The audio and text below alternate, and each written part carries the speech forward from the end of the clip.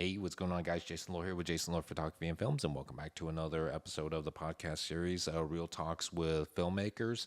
So, this one goes out to all those people who love to read stories, whether it be from a novel, comic book, or heck, even video gamers out there, and also people who love watching TV series.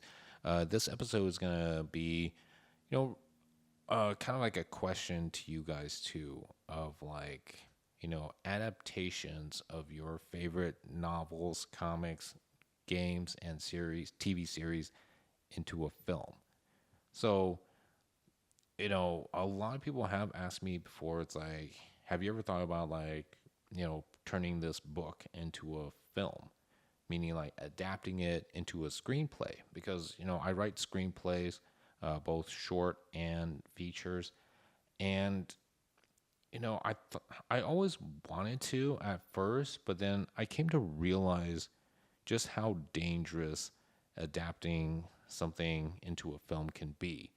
Uh, Dangerous meaning like you could get a lot of backlash from the fans, and many people out there don't realize how many people love a book series, like say Harry Potter, right? Dude, there's a lot of fans out there who would line up for like each of the book series ever since its popularity like grew so big.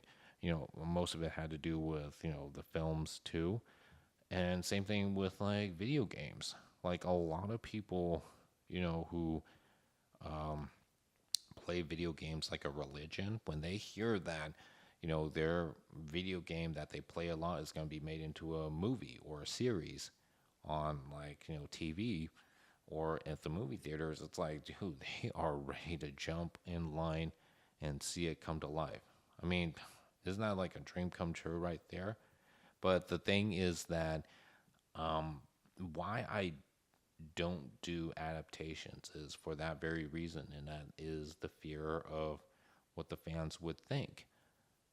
But if I were to do an adaptation from any of those sources, there would be two only reasons why I would do it. One is if I get paid to write an adaptation screenplay for either one of those TV series, video games, or books, comic books. It's like if you pay me for my time to do the research and also to write the script, then yes, I will do it. I can't promise that it's going to be great, but you know what? I can do it. It's just, you know, for my time, I'm going to have to get paid for it. It's just, there's no like no doubts right there, because it's going to take up a lot of time to do the research and write it all down. And of course there's going to be tons and tons of editing, obviously. And you're going to get a adaptive screenplay from me, with the right price. Now second would be doing it my way. Now the way I would do an adaptation is obviously including source materials from wherever it is coming from. Like, say, from a novel, right? I would get together with the author and just discuss, you know, what the story's all about, what's important, and also go over the limits. Yes, there is a limit from a novel to a screenplay. Screenplay, for those of you who aren't familiar with, the formatting's different. You got action descriptions, which tell what the actors are going to be doing or what's going to be in the scene, and you have the dialogues and the characters, and when you're formatting that into a script, there's a lot of space, which creates a lot of pages real quick. And the rule of thumb is that one page of a screenplay equals 1 minute. So 90 pages is already, was it an hour and 30 minutes? 90 pages, 90 minutes, an hour 30. And you can only put so much into it, especially coming from like a big book like Lord of the Rings or Harry Potter. You're looking at like 900 to 1,000 pages. And again, you can only put so much in there because otherwise, one, it's going to be a big old budget film because of like so much to film. And then two is going to be the duration of like how long the film's going to be because of like the amount of pages that are on there. And also three, lots of people are going to be sitting in that movie theater for a very, very long time. I sat through King Kong. We're talking about Peter Jackson's King Kong. And dude, I can't tell you how fast I ran into that bathroom after that movie was over. Dude, like that was a very long film. And, like I said, it's just, you know, to have a film be that long, it's like it's already taking a huge risk, budget wise, and also the patience that audiences have to wait that long to watch a film. Now, another thing too is if it was a book, I would read it. I would take the time to read the book and get as much info as I can, you know, and learn the characters, see where the character developments are. And if I want to, I will add a little bit of my own ideas to help the character develop if there's development that needs to be made. And of course, I would go with that over the author too.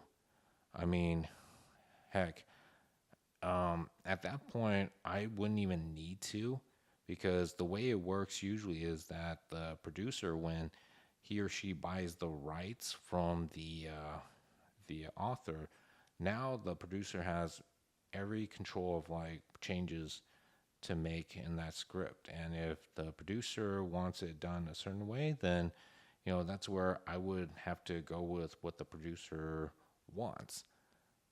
And I don't mind that either, but I will have to throw in my 2 cents of like, okay, if this character needs a little more development, we should go this route.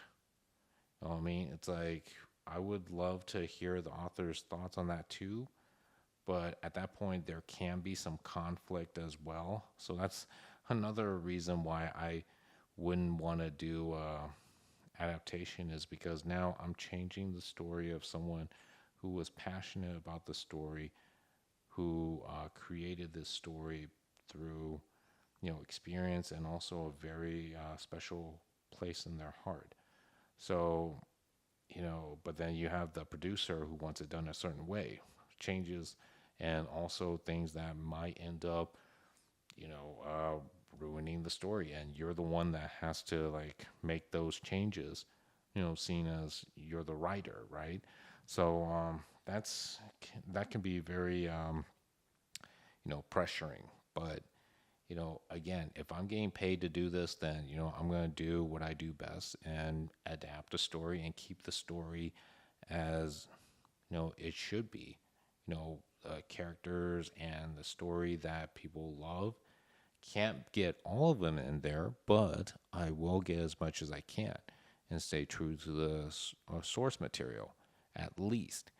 So yeah, if I do end up doing adaptations, yeah, those would be my two reasons. Definitely get paid for it, and then try and connect with the author and get the characters over onto a screenplay and the story onto the screenplay to where lots of the fans will still love the story, even though not all the source materials are going to make into the film. At least the important parts to what makes the story unique.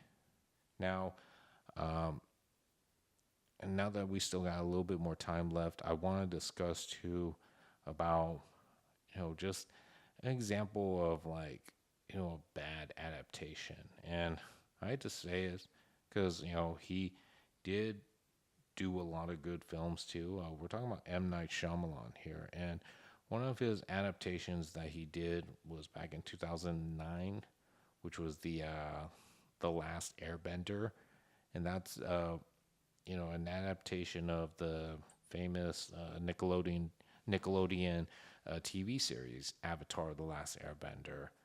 And I hate to say it, but you know, it was a terrible film as far as like just trying to adapt it from a TV series into a film, because one of one is you know you have 3 seasons in the animated series, right? Each season has over 20 episodes, and each episodes are like 20 minutes long. The last Airbender film in 2009 was around like an hour and a half, I want to say. So a lot of the story was rushed. Like characters developments from each of the characters were just rushed. Like for example, Sokka, right, the brother. Um, in the series, he falls in love with like one of the water tribes.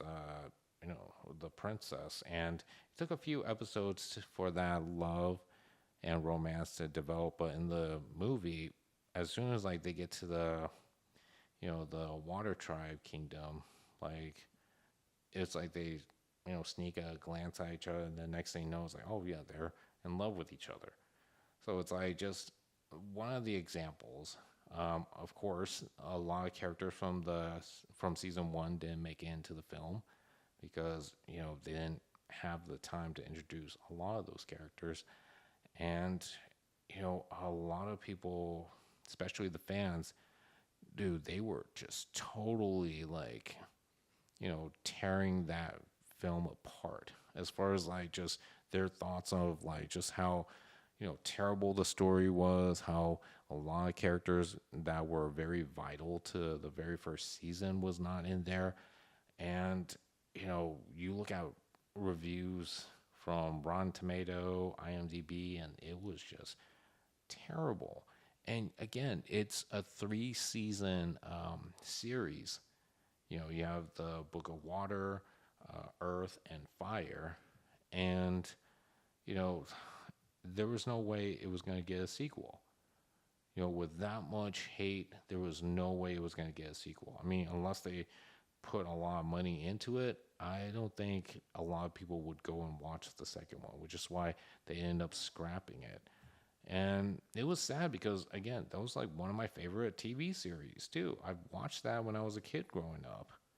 And so, you know, that's one of the reasons why when I learned a little bit more about screenwriting in film school, of like just the limits of like how much you can put in a screenplay, that's what made me a little hesitant about doing adaptations. But as the years gone by, I've gotten a little more confident in myself as far as like a writer goes, and just being creative, and also learning the importance of teamwork. And that's why I said, for me, if I were to work together with the author, like we could make something happen. I mean, we just have to have an understanding of each other, the limits of how much I can put into a screenplay, and then also understanding like what the importance of the story is and the characters, and also like events in the story that needs to be in that film.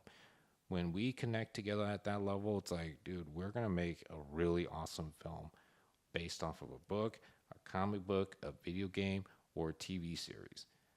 That's just how I roll when it comes to adaptations.